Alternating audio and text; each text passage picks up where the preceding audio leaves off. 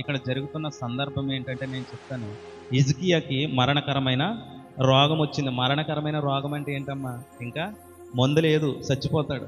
అంటే మన భాషలో చెప్పాలంటే డాక్టర్లు కూడా చేతులు ఎత్తేసారు, ఇంకా మా వల్ల అవదన్నట్టుగా.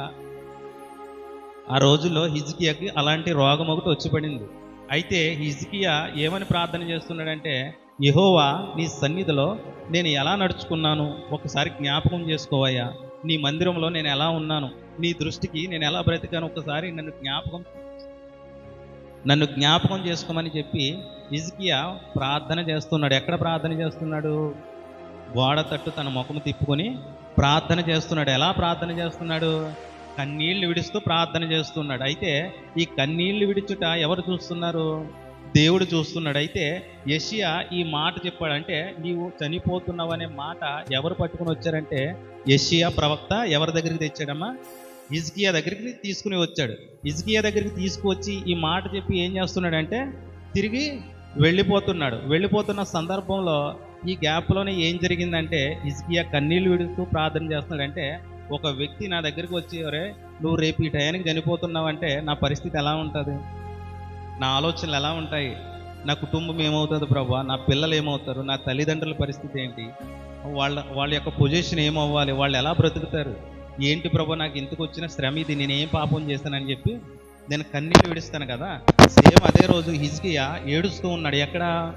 దేవుని దగ్గర ఏడుస్తూ ఉన్నాడు. అయితే ఇతను ఏడవడం దేవుని చూసి ఇంకా యెషయా ప్రవక్త ఆ నడిమిశాల దాటి బయటకు వెళ్ళక మునిపే దేవుడు మరొకసారి ప్రవక్తతో మాట్లాడుతున్నాడు. ఏమని మాట్లాడుతున్నాడంటే, నీవు మరలా తిరిగి వెళ్ళి అతడు 15 సంవత్సరాలు బ్రతుకుతాడు, నేను ఆయుష్నిస్తున్నానని చెప్పేసి మాట్లాడుతున్నాడు. అంటే ఈ యెషయా ప్రవక్త ఏ సందర్భాన్ని చూస్తున్నాడంటే, రక్షింపనేరకుండినట్లు యెహోవా హస్తము పురచగా లేదు, విననేరకుండినట్లు ఆయన చెవులు మందముగా లేవని చెప్పేసి మాట్లాడుతున్నాడు. ఎందుకు మాట్లాడుతున్నాడు ఇప్పుడు అర్థమైందమ్మా?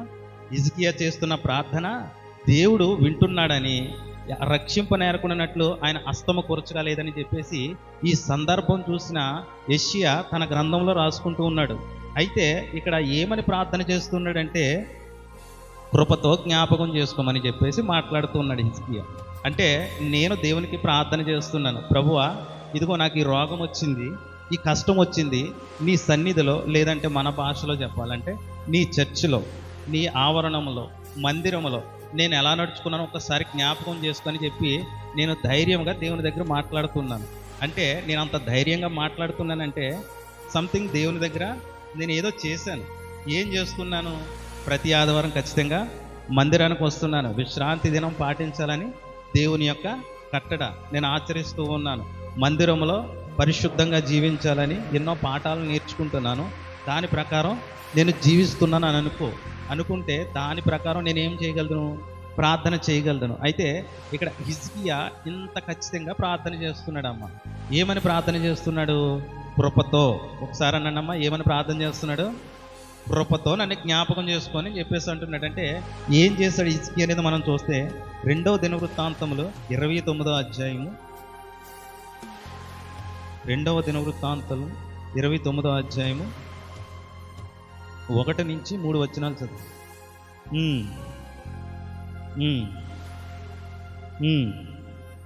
ఏలెను అతని తల్లి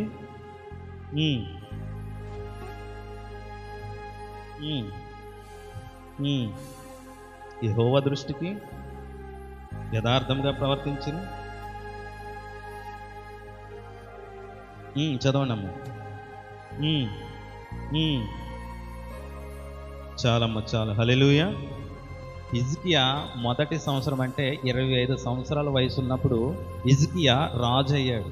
అంటే 25 సంవత్సరాలు అంటే ఎలా చెప్పాలంటే, నా వయసు ఉన్నప్పుడు, అంటే నా హైట్ ఉన్నప్పుడు, నా యొక్క ఏజ్లో ఉన్నదప్పుడు హిజ్కియా రాజు అయ్యాడు. 25 సంవత్సరాలు.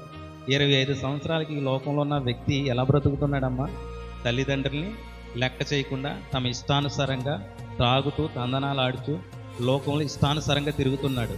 అయితే ఇక్కడ హిజ్కియా ఎలా ఉన్నాడంటే 25 సంవత్సరాలకి రాజు అయ్యాడు. రాజు అవ్వగానే అతనికి వచ్చిన మొట్టమొదటి ఆలోచన ఏంటంటే, మందిరం యొక్క తలుపులు తెరిపించాలి. అంటే ఆ రోజుల్లో దేవుని యొక్క మందిరం ఎలా ఉందంటే, ఎవరు సొలొమోను కట్టించిన మందిరం ఎలా ఉందంటే అమ్మ, మూసివేయబడి ఉంది. హల్లెలూయా. ఎలా చూడాలమ్మా అందరూ కూడా? బైబిల్ కొంచెంసేపు పక్కన పెట్టండి. మందిరం ఎలా ఉందంటే ఆ రోజుల్లో మూత వేయబడి ఉంది. మూత వేయబడిన మందిరాన్ని ఎవరు తెరిపించారు?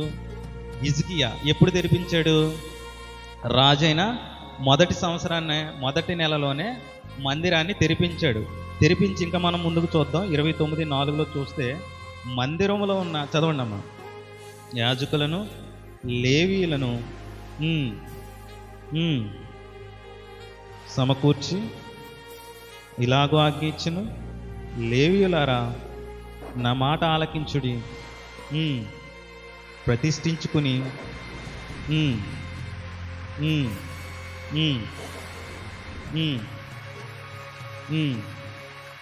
చాలమ్మా. హల్లెలూయా.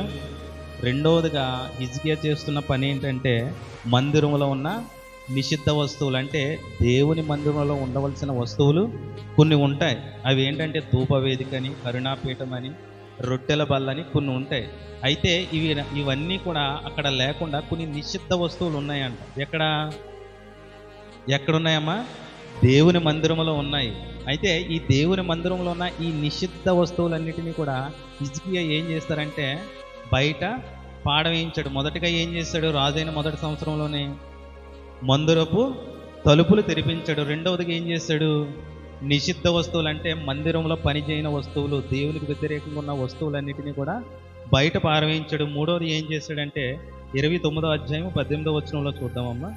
ఇక్కడ మూడవదిగా ఆయన చేస్తున్న పని ఏంటంటే నిషిద్ధ వస్తువులు బయట పారవేయించాడు, కావలసిన వస్తువులన్నిటినీ మరలా లోపలికి తీసుకొస్తున్నాడు. అంటే ఇక్కడ జరుగుతున్న సందర్భం ఏంటంటే అమ్మ, దేవుని యొక్క మందిరం అనేది పాడైపోయి ఉన్నది. ఆ మందిరాన్ని మరలా ఏం చేస్తున్నాడంటే హిజ్కియా అంచులంచులుగా బాగు చేస్తూ ఉన్నాడు. ఇశ్రాయేలు ప్రజల కాలం నాటిలో దేవుడు వారి మధ్యలో ఉండాలంటే మందిరం మధ్యలోనికి, అతి పరిశుద్ధ స్థలంలోనికి దేవుని మహిమ అనేది దిగి వచ్చేది. హల్లెలూయా. ఎక్కడికి వచ్చేదమ్మా మహిమ? అతి పరిశుద్ధ స్థలంలోనికి దేవుని మహిమ దిగి వచ్చినప్పుడు ప్రజలను అక్కడ ఆశీర్వదించేవారు యాజకులు. అయితే ఈ మందిరం ఎలా అయిపోయిందంటే పాడైపోయి నిషిద్ధ వస్తువులన్నీ కూడా లోపలికి చేర్చబడ్డాయి. లోపల ఉండవలసిన వస్తువులన్నీ కూడా ఎక్కడికి వెళ్ళినాయి? బయటకు వెళ్ళినాయి. అయితే హిజ్కియా రాజు అవగానే ఏం చేస్తూ ఉన్నాడంటే మందిరానికి ఒక రూపుననేది తీసుకుని వస్తూ ఉన్నాడు. అంటే మన ఊర్లో ఎవరైనా ఒక ఎమ్మెల్యే కానీ ఒక ఎంపీ కానీ నూతనంగా ఎన్నికైనప్పుడు అతను ఏం చేస్తాడు? కొత్తగా నీళ్ళ ట్యాంకులు కట్టించడం కానీ, రోడ్లు వేయించడం కానీ, సున్నాలు వేయించడం కానీ, ఊరు చుట్టుపక్కలన్నిటిని కూడా బాగు చేయించడం చేస్తాడు. అయితే రాజైన హిజ్కియా రాజు అయిన మొదటి సంవత్సరంలోనే ఏం చేస్తూ ఉన్నాడు? ఇక్కడ మందిరాన్ని బాగు చేస్తూ ఉన్నాడు. ఇంకా మనం చూస్తే యెహోవాకు స్తుతి చేయడం మొదలుపెట్టారు. 29:25 చూస్తే యెహోవాకు మరలా స్తుతి చేయడం అనేది ప్రారంభించారు. అంటే ఆ రోజుల్లో దేవుని మందిరంలో స్తుతి అనేది ఆగిపోయింది. దావీదు గారు మాట్లాడతారు కదా 100వ కీర్తనలో, సమస్త దేశములారా, చదవండి ఒకసారి. ఇక్కడ దేవుని సన్నిధిలో స్తుతి అనేది ఆగిపోయింది. ఎక్కడ ఆగిపోయిందమ్మా స్తుతి అనేది? యెరూషలేము దేవాలయంలో. అప్పుడు రాజు ఎవరు? హిజ్కియా రాజుగా ఉన్నాడు. అంతకు ముందు ఏలిన రాజు వలన ఈ కార్యక్రమం అంతటి కూడా జరిగింది. అయితే ఇతను ఏం చేస్తున్నాడంటే మరలా లేవీయుల్ని వీళ్ళందరినీ ఏర్పాటు చేసి మందిరంలో స్తుతి చేయడం ప్రారంభించాడు. మరలా రూపురేఖలు మారుతూ ఉన్న హిజ్కియా కాలంలోను. అయితే ఇది అయిపోయిన తర్వాత చేసిన పని ఏంటంటే పస్కా, ఇశ్రాయేలు ప్రజలు ఐగుప్తు బానిసత్వం నుండి బయటకు వచ్చిన తర్వాత దేవుడు వాళ్ళకి ఇచ్చిన ఆచరణ కట్టడం ఏంటంటే పస్కా పండుగ ఆచరించాలంటే వాళ్ళు బానిసత్వం నుండి స్వతంత్రాన్ని పొందుకున్నారు. మన భాషలో చెప్పాలంటే బ్రిటిష్ వాళ్ళు మనల్ని ఏలి విడిచి వెళ్ళిన తర్వాత మనం ఆగస్టు 15 అని చెప్పేసి ఒక స్వతంత్రాన్ని జరుపుకుంటున్నాం కదా ప్రతి సంవత్సరం కూడాను. ఇశ్రాయేలు ప్రజల జీవితంలో కూడా బానిసత్వం నుండి బయటకు వచ్చిన తర్వాత పస్కా అనేది జరుపుకోవాలి. అది దేవుడు పెట్టిన కట్టడ. అయితే ఈ రాజైన హిజ్కియా కాలంలో అంతకుముందు ఈ పస్కా అనేది ఆగిపోయింది. ఆగిపోతే మరలా హిజ్కియా ఏం చేశాడంటే పస్కా పండగ అనేది మరలా ఆచరించడం జరిగింది. ఇవన్నీ ఎందుకు చెప్తున్నానంటే కృపతో జ్ఞాపకం చేసుకోమని చెప్పి ప్రార్థన చేస్తున్నాడు. ఎవరు? రాజైన హిజ్కియా. హల్లెలూయా. రాజైన హిజ్కియా ఏం చేశాడమ్మా? రాజైన మొదటి సంవత్సరంలోనే మందిరపు తలుపులను తెరిపించాడు, ఇంకా నిషిద్ధ వస్తువులను బయట పారవేయించాడు, ఉపకరణములన్నిటినీ కూడా లోపలికి తెప్పించాడు, మరలా స్తుతి అనేది ప్రారంభించాడు. ఇప్పుడు ఏమని ప్రార్థన చేస్తున్నాడు హిజ్కియా?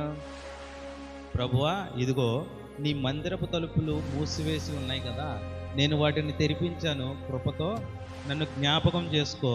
నిషిద్ధ వస్తువులు నీ మందిరములో ఉన్నాయి కదా, నేను అవి బయట పారవేయించాను, కృపతో నన్ను జ్ఞాపకం చేసుకో. ఉపకరణములన్నిటినీ కూడా మరలా నేను శుద్ధి చేయించాను, కృపతో నన్ను జ్ఞాపకం చేసుకోండి.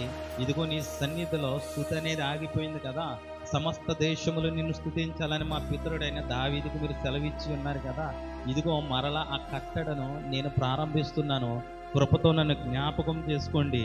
ఇంకా పస్కా పండుగ అనేది నువ్వు పెట్టిన కట్టడ కదా, అది ఆగిపోయింది ప్రభువా, నేను మరలా ప్రారంభిస్తున్నాను, కృపతో నన్ను జ్ఞాపకం చేసుకోమని హిజ్కియా ఏమని ప్రార్థన చేస్తున్నాడు? కన్నీళ్లు విడుస్తూ ఇలా ప్రార్థన చేస్తున్నాడు. తన చేసిన కార్యక్రమాలను బట్టి, తన చేసిన క్రియలను బట్టి దేవుని ఎదుట తాను ఎంత పరిశుద్ధముగాను, దేవుని ఎదుట తన యొక్క క్రియలను కనపరుచుకుంటూ ప్రార్థన చేస్తున్నాడు. ఎవరమ్మా? రాజైన హిజ్కియా. అయితే ఇక్కడ రాజైన హిజ్కియా గురించి మనం చదివినప్పుడు అతని తల్లి పేరు అబియా అని ఒక మాట చదివాం కదా. ఆమె తల్లి పేరు ఎందుకు రాయిపించారు? రాజైన హిజ్కియా యొక్క తల్లి పేరు ఆ ఒక్క పేరు ఎందుకు రాయిపించారు? ఆమె జీవిత చరిత్ర కానీ, ఆమె యొక్క విధానాలు కానీ, ఆమె ఎలా బ్రతికిందో కానీ రాయిపించలేదు. అది ఎందుకు ప్రభువా ఒక్క మాటే రాయిపించారని నేను దాని గురించి ప్రార్థన చేసినప్పుడు ప్రభు ఇచ్చిన ఆలోచన ఏంటంటే, ద్వితీయోపదేశకాండం 4వ అధ్యాయంలో మనకు కనిపిస్తుంది ఏంటంటే, నీ పిల్లలకి వాక్యమును నేర్పమని మోషే మాట్లాడుతూ ఉంటారు. ఎప్పుడమ్మా? ద్వితీయోపదేశకాండం అంటే రెండవ తరానికి ఇశ్రాయేల్ ప్రజలకి ఉపదేశం చేస్తూ ఉంటాడు. మీరు ఎలా బ్రతకాలి, దేవుని దృష్టికి ఎలా నడుచుకోవాలని చెప్పి రెండవ తరానికి ఉపదేశం చేస్తున్నప్పుడు అక్కడ మాట్లాడుతున్న మాట ఏంటంటే, నీ పిల్లలకు వాక్యాన్ని నేర్పించు అని చెప్పేసి మాట్లాడతాడు. ఇక్కడ తల్లి అయిన అబియా ఏం చేసిందంటే, తన కుమారుడైన హిజ్కియాకు బోధ చేస్తుంది. ఎప్పుడు? బాల్య దినముల నుండి దేవుని యొక్క ధర్మశాస్త్రాన్ని బోధ చేస్తూ ఉంటే అతడు 25 సంవత్సరాలకి రాజు అయ్యి దేవుని మందిరం మీద ఆసక్తి కలిగి ఉన్నాడు.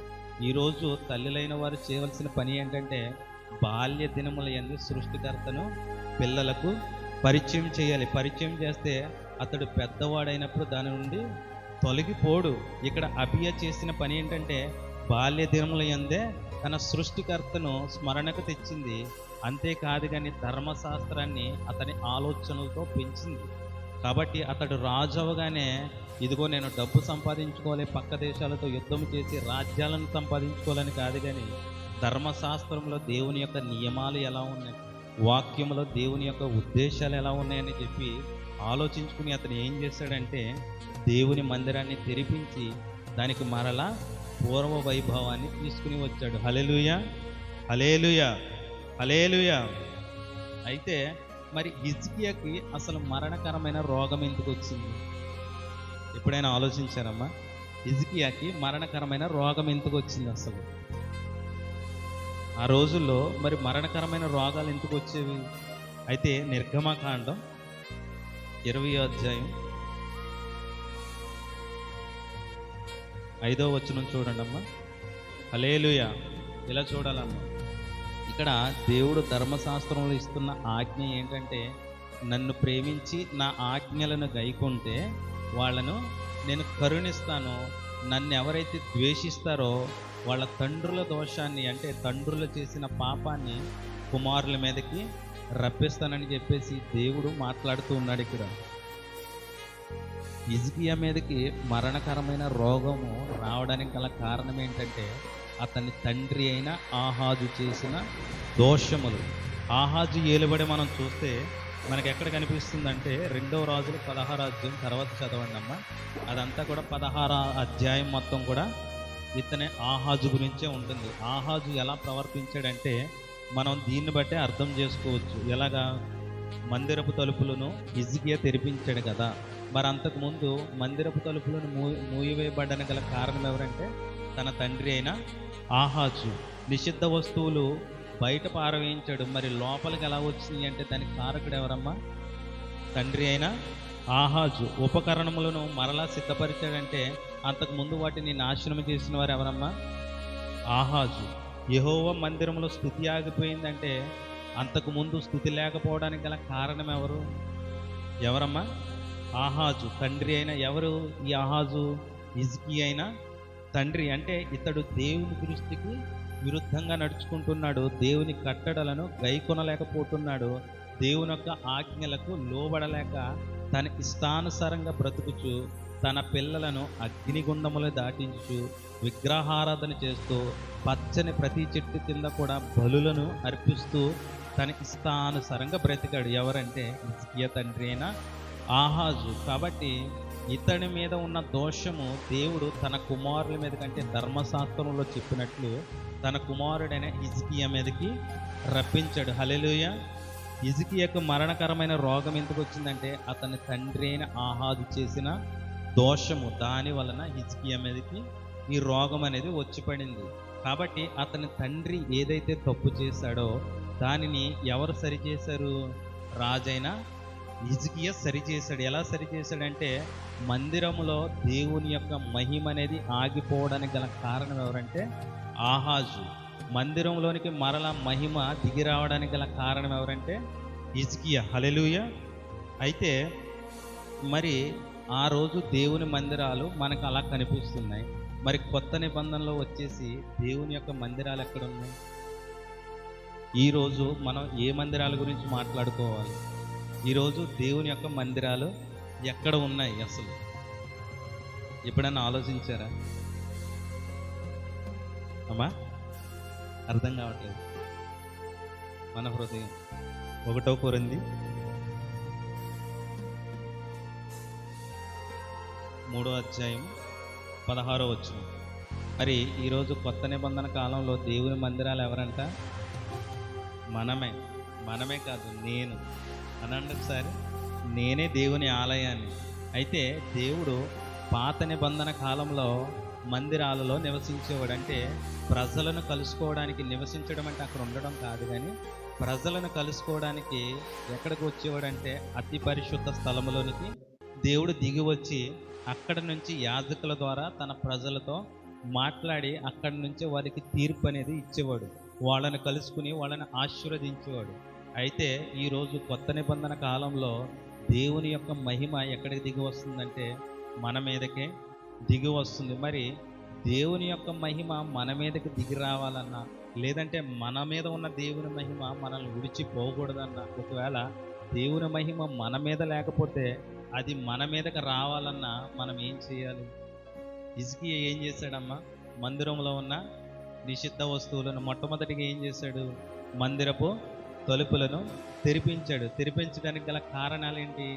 ధర్మశాస్త్రాన్ని ధ్యానించాడు. ధ్యానించడం వల్లనే దేవుని యొక్క మందిరాన్ని ఎలా బాగు చేయాలనేది ఆలోచన అతనికి తట్టింది. అయితే ఈరోజు మొట్టమొదటిగా మన హృదయాలను బాగు చేసుకోవాలంటే మన హృదయం అనే తలుపును తెరవాలి. ఎలా తెరవాలి? దేవుని యొక్క వాక్యము చేతనే దాన్ని తెరవాలి. వాక్యము, నీ ఎదుట నేను పాపము చేయకున్నట్లు నా హృదయంలో నీ వాక్యమును ఉంచుకున్నానని చెప్పేసి కీర్తనాకారుడు మాట్లాడుతున్నాడంటే పాపము చేయకుండా ఉండాలంటే హృదయంలో ఏమి ఉండాలి? వాక్యం ఉండాలి. వాక్యం ఉంటేనే మన హృదయంలోనికి ఏమి రాదమ్మా? పాపపు తలంపులు కానీ పాపపు ఆలోచనలు కానీ రావు. అయితే ఈరోజు మనము దేవుని యొక్క ఆలయమై నివసిస్తున్నాం కదా.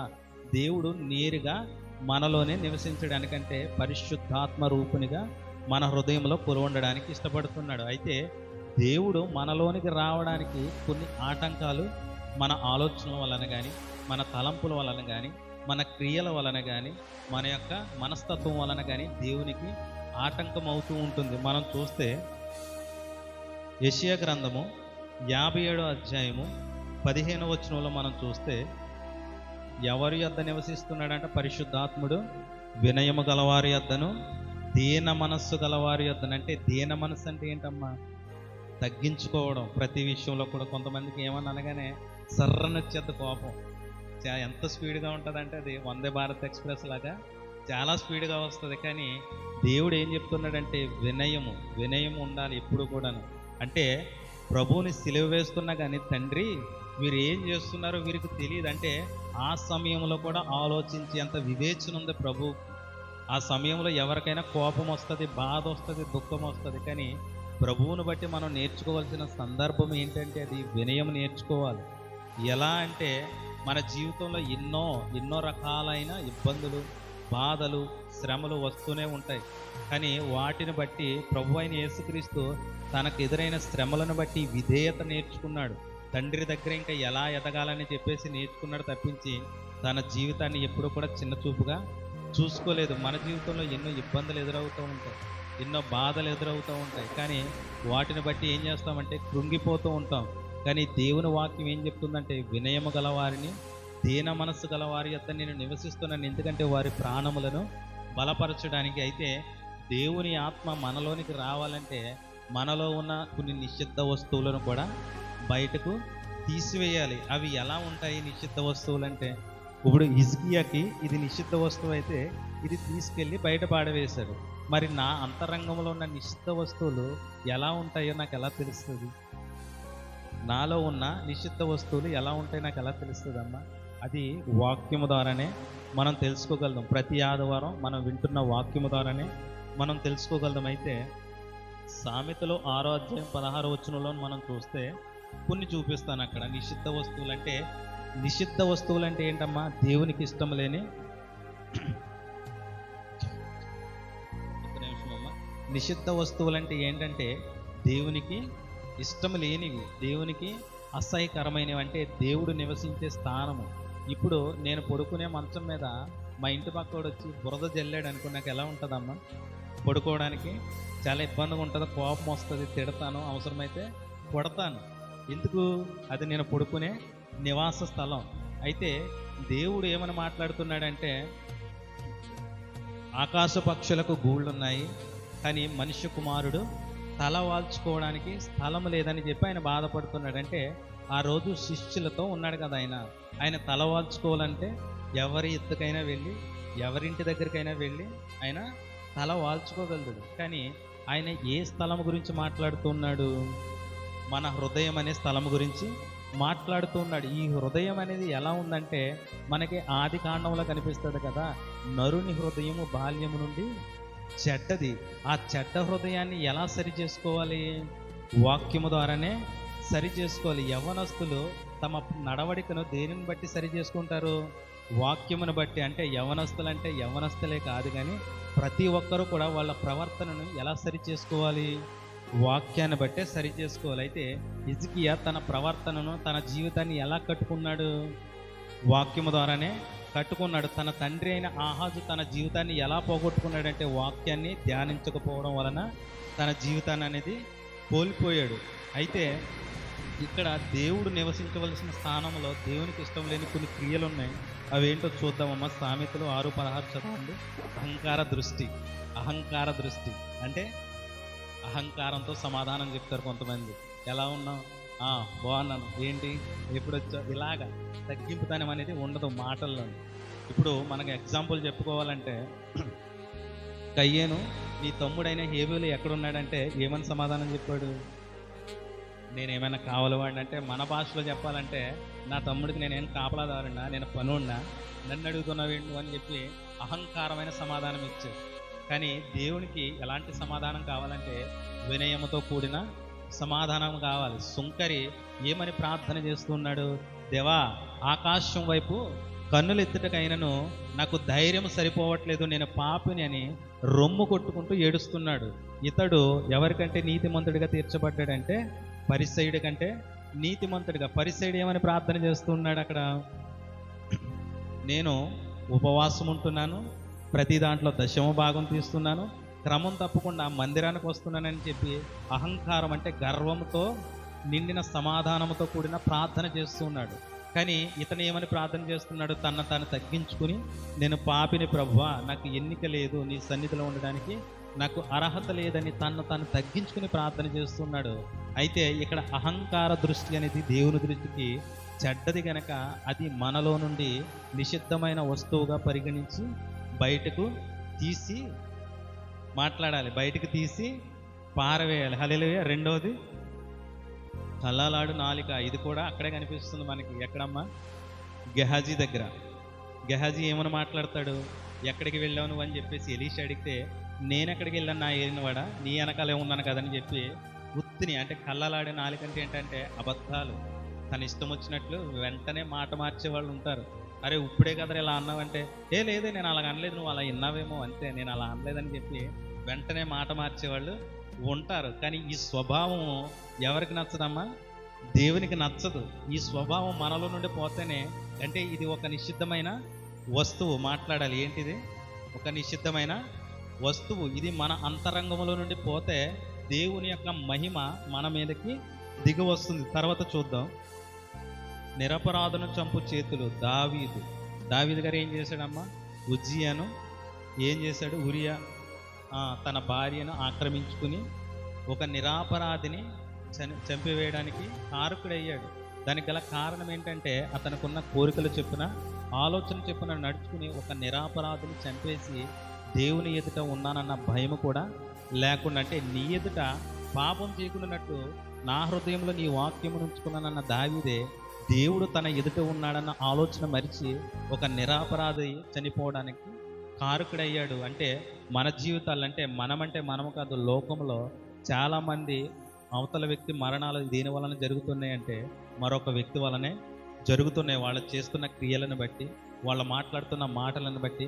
యోబు గారు మాట్లాడతారు కదా, కత్తిపోటు వంటి మాటలు మాట్లాడేవారు కలరు. కొంతమంది కత్తులతో దాడి చేయక్కర్లేదు, మాటలే కత్తులు. ఎందుకు వచ్చిందిరా బాబు ఈ జీవితం, నాకు చచ్చిపోతే బాగుండా, మాటలు పడే బదులని చెప్పి కొంతమంది తమ జీవితాలను విశ్రమిస్తూ ఉంటారు. అయితే తర్వాత చదవండి అమ్మా. దుర్యాలోచనలు యోచించే హృదయములు, అంటే వ్యతిరేకమైన ఆలోచనలు అంటే ఆది కాండంలో మనకు కనిపిస్తుంది కదా.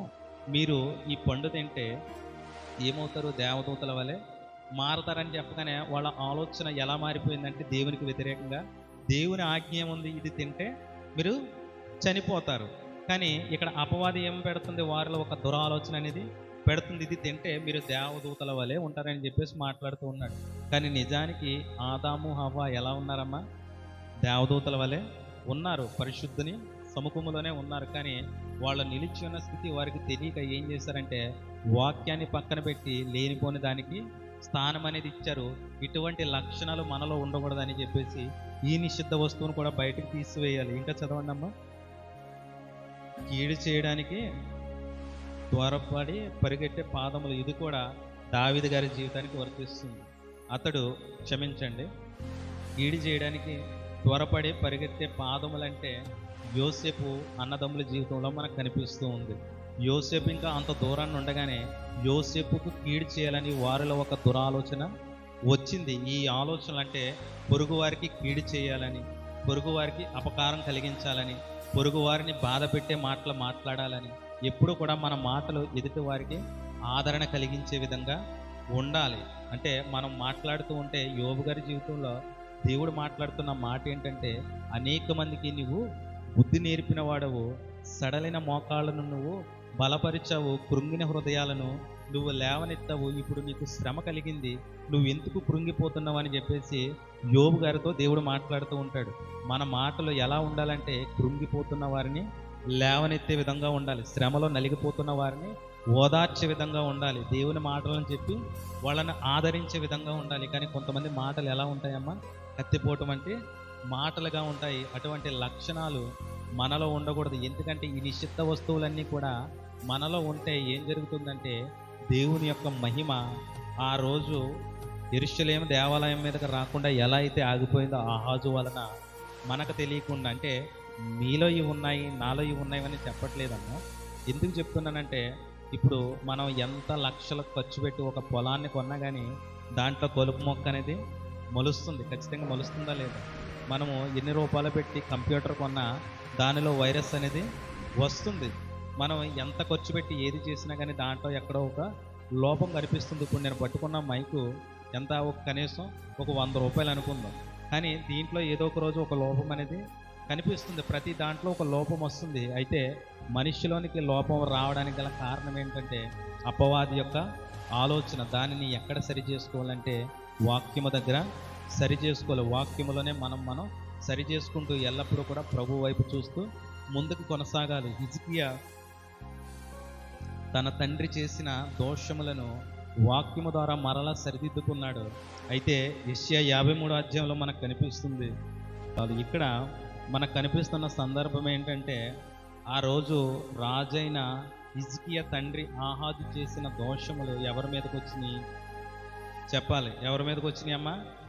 హిజ్కియా మీదకు వచ్చినాయి. అయితే ఈరోజు మనము చేసిన దోషములు, అంటే మన పితరులు చేసిన, మన తాతలు కానీ మన తండ్రులు కానీ చేసిన దోషాలు మన మీదకి రాకుండా ఎవరు అడ్డుపడ్డారంట?